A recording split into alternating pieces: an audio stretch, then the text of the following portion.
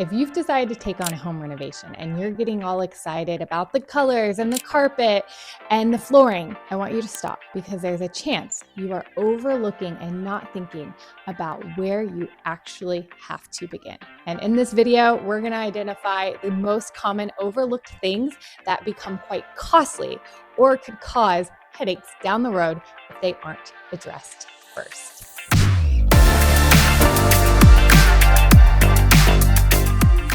Welcome back to Flipping Gorgeous. My name is Lena B. Taylor. Think of this channel as your girlfriend's guide to DIY and home renovation. I am a mom of three who has a passion for DIY and home improvement. Over the past 10 years, I've renovated several homes, and I share the good, the bad, and the ugly of what I've learned. And most recently, we have taken on the renovation of a property next door for my sister. Yes, it's very exciting, but before we can get started on all the fun stuff of picking out the colors of the walls and the light fixtures and the painting, there have been some serious issues that have had to be addressed first. And I'm just going to be straight honest with you. You're probably not thinking about some stuff that's going to cost you some money when it comes to a renovation, and they're unsexy. They're really unsexy things, but they have to be done first, because if you overlook these, it could really come back and cause some big issues down the road. So here are 3 common things that people don't think about or anticipate or budget for when it comes to a home renovation. Now, maybe you are thinking of buying a home to fix up because this real estate market is so crazy and the prices are outrageous that in order to get into the area that you want, you've got to buy something that needs a lot of work. Or maybe you purchased a home thinking, this is a good starter home for us. We're going to be here for a couple years, but now interest rates, home prices, you're looking around and you're going, yeah, we're going to be here for a while and we need to renovate this place to make it work. Now, I think it's 1000% worth it. And I want to just encourage you that if you're feeling overwhelmed, it will be worth it in the end. But it is important to know where to begin so that these things don't come up as a surprise. Now, the first area is anything foundational, right? Like, this is so important. We've got to fix anything below the surface before you start above the surface, because you want to do this right from the beginning. And if there's anything that is not right with the foundation, the whole house can be compromised. So what could foundation issues look like? Well, in my sister's case next door, we had a couple issues going on with the foundation. Number one is a lot of moisture was coming into the basement and therefore causing a lot of moisture in the whole entire house, and things like mold and just a lot of potential issues.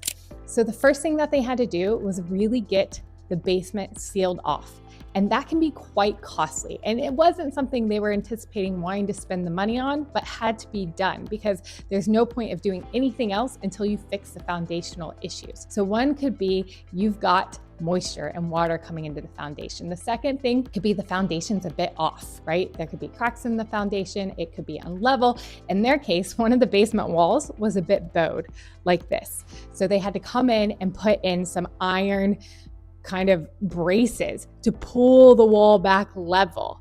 Now, again, these were not things that they really necessarily wanted to spend money on, and you're not necessarily going to see them, but it's so important because you don't want the entire house to be compromised. So if you are buying a house and you're going to fix it up, do not overlook any inspection items that have to do with the foundation. And if you're in a current house and you may suspect something is off, it would be so worth getting a home inspector to come do an inspection on your home to see if any of those items need to be addressed before you move into the cosmetic area. All right, the second thing that people tend to overlook or not budget for or not anticipate, and you need to make sure that these are in good working condition first, are any types of systems, right? An HVAC system, a water heater. HVACs can be incredibly expensive. So you've got to know if you're going to buy a house and renovate it, or you're going to fix your current house up, is your HVAC about to go out? Because you're looking at $7,000 to $10,000 for an HVAC system. In my sister's case next door, they completely had to rip out the HVAC because what you couldn't see was that on the inside of all the air ducting was mold. And this is a big, big issue of mold. You certainly don't want any type of mold. Mold remediation has got to be taken care of before you do anything cosmetic. And sometimes you can't see it. So as they started to get in and as they started to clean out the existing system, it was like, oh no, this whole thing has to be replaced. And that did take out some of the budget for the other thing or had to be accounted for. So you definitely want to make sure that your systems are in good working condition. And if they're not, that you've allocated a budget for those. The other thing that people tend to overlook is plumbing and electrical issues. If you have any type of faulty plumbing or leaks, those have got to be addressed. They have to be addressed because they can cause major damage in your house. Like, I've never seen things get destroyed so quickly by a busted pipe.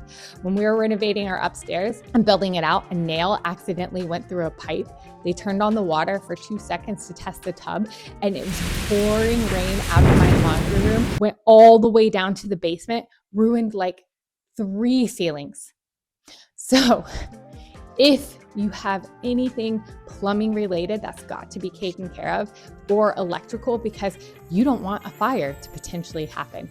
As we were next door and we started opening up these walls, some of that wiring was real shoddy, and you can't overlook that. It has to be addressed. And if you're doing plumbing and electrical, I would highly recommend that you get a licensed plumber or electrician to do it, and that's not something you DIY. Okay, now here's another thing that you may not expect but can't be overlooked is floors. Floors are one of the easiest ways to really update and elevate a space. However, most people don't think about the subfloor underneath. So the subfloor is what goes over the joist, and then the flooring gets carpet or wood or laminate gets put on top of. Now, a lot of those subfloors, if you walk on your floor and it squeaks a bit, that means maybe your subflooring is loose. If you're walking and the floor dips, maybe some of that subflooring is rotten. Now, my sister's case next door, we're in the kitchen and we start peeling up the linoleum flooring, and half of the subfloor was rotten because water had gotten in. So of course you wouldn't just put the new flooring right on top of that. You have to replace the subfloor. So that's also something to consider as you get into this thought of renovating, is that, are we going to have to fix the subfloor? We want to replace the floors, but also be prepared to find a few things when you get up, or make sure that those floors are level before you put new things down. Now, this video is not meant to be a bummer or a downer and go, sorry, your budget is going to go to so many unsexy things that you can't even see or share with anyone.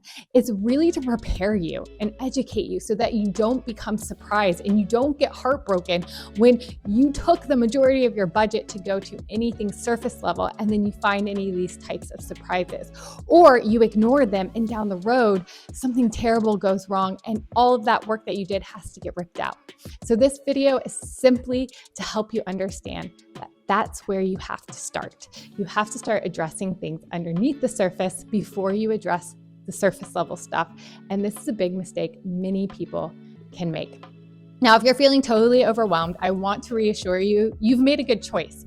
Renovating a home will pay off. It's a lot up front and living through it, and you feel like you're bleeding money, but in the long run, you probably are going to have such an asset that you could have never afforded if you were to purchase it in that brand new renovated condition. So keep going. It's going to pay off in the long run. Any other questions you have, I would love for you to drop them below. And I would love for you to tell me if something came up in this video that you weren't thinking about needing to address before you go into the renovation process. And I'll catch you next time. Bye.